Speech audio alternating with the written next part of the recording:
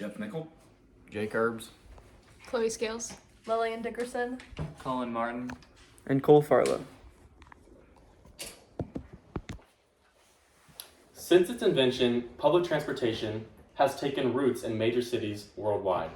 These helpful networks of communal travel have long assisted the residents of metropolitan areas by providing ways to get around without needing to own a car or having to walk a lot. From the first cable cars in San Francisco to the extremely fast bullet trains of Japan, public transportation has been integral to the development of the biggest cities in the world. However, the expansion of these systems, whether or not to do it, is something that's hotly debated nowadays. From my extensive research and the fact that I see complications from no public transit in my hometown every day, I feel well qualified to inform you and hopefully convince you to think differently about this issue. Because of public transit's ability to fight climate change and prevent pollution, its ability to incentivize healthy lifestyles, and its role in providing economic growth and equity, its expansion is justified and should be supported. Our environments are quickly becoming more inhospitable due to climate change and pollution, and public transportation allows for more opportunities to combat these issues. With worsening air quality in North American cities, we are now beginning to see the effects of pollution from motor vehicles. According to an article by the CDC, Public Transportation System, Introduction or Expansion, air pollution from motor vehicles continues to contribute to adverse respiratory and cardiovascular health effects. So, if we use public transit and take more cars off the road, we can be efficient by concentrating a lot of people into one vehicle instead of spreading them out among many. And doing this, we can limit the amount of pollution that we produce. And while it's true that vehicles of public transit do emit pollution themselves, it's going to be far less pollution due to the efficiency I just mentioned. Here I have an image showing that if these people had taken cars, this is how much space they would have taken up, but they can actually fit in one bus, and that just kind of shows the efficiency of these systems. In addition to creating fresher air for our cities, public transit can also fight against climate change. According to the MIT Climate Portal's article about climate change, public transit emits far fewer climate warming greenhouse gases than private cars do.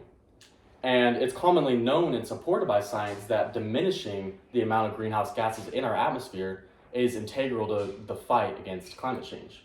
So if there are less cars on our roads, there's going to be less greenhouse gases in the air, and that means less drastic climate change.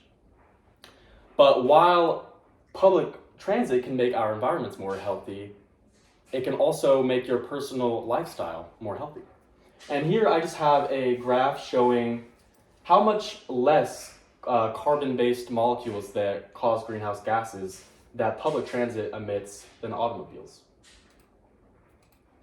So as I mentioned, public transit can do a lot for your personal health. It's commonly known that alternative forms of travel, such as walking and bicycling, are more healthy than traveling by car.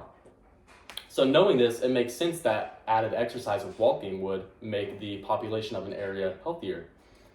In the article, Public Transportation in the US, a Driver of Health and Equity, the organization Health Affairs explains that when public transportation is in use, there are more opportunities to walk to locations such as bus stops and train stations. Knowing this, when public transit is in use, there are more exercise opportunities and people are overall healthier. But while exercise can increase your overall health, you can also maintain your health by avoiding dangerous situations such as a car crash. When public transportation is in use, the roads are simply just much safer. According to Tom Stone of Traffic Technology Today, in a report about public transportation, commuters can reduce the risk of being in a car crash by more than 90% simply by taking public transportation. Just think about that. Car crashes are one of the leading causes of death in America. So think of all the lives that could be saved if more than 90% of car crashes were reduced. Now, public transit is more safe because there is more space on the road, which simply means that there are less things to collide with. But in addition to this, the drivers of public transportation vehicles are usually better trained. They need like a special type of license to do it.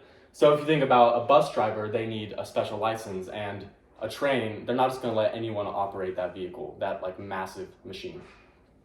So because of the combination of these factors, public transportation is just a much safer option, and it can contribute greatly to your health.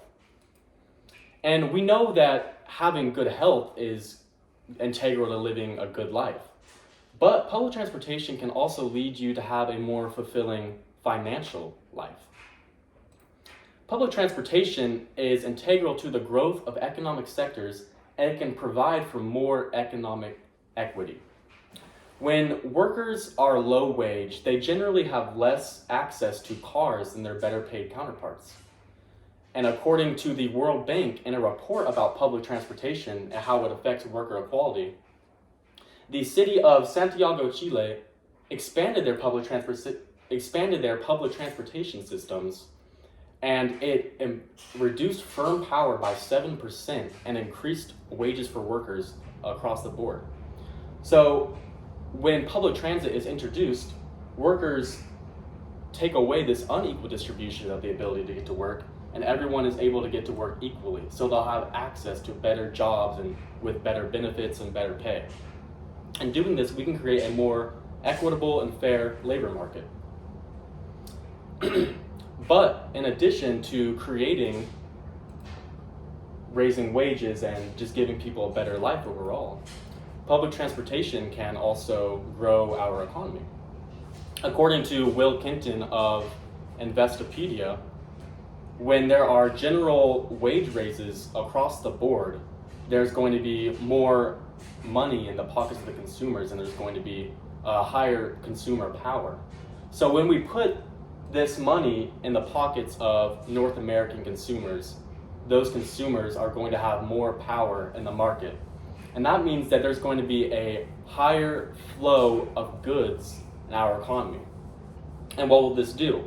Well, when there's more goods flowing through our economy because of public transportation, there's going to be more economic output, there's going to be more jobs, better paying jobs, and this is all because people are just able to get to work, and it's a more equal society. So, in a country still reeling from the effects of COVID-19, our economy could definitely use this boost, and it could possibly set us on a path to recovery. Our society is plagued by many problems. Humans face the ever-increasing threat of global extinction due to climate change, and our environments are becoming more inhospitable due to pollution. There are rapidly raising rates of worker inequality, and there are more health complications than ever before. However, with the introduction of public transportation systems and the expansion of them, we can possibly curb these issues and overall create a more fair society that better caters to people's needs. Thank you.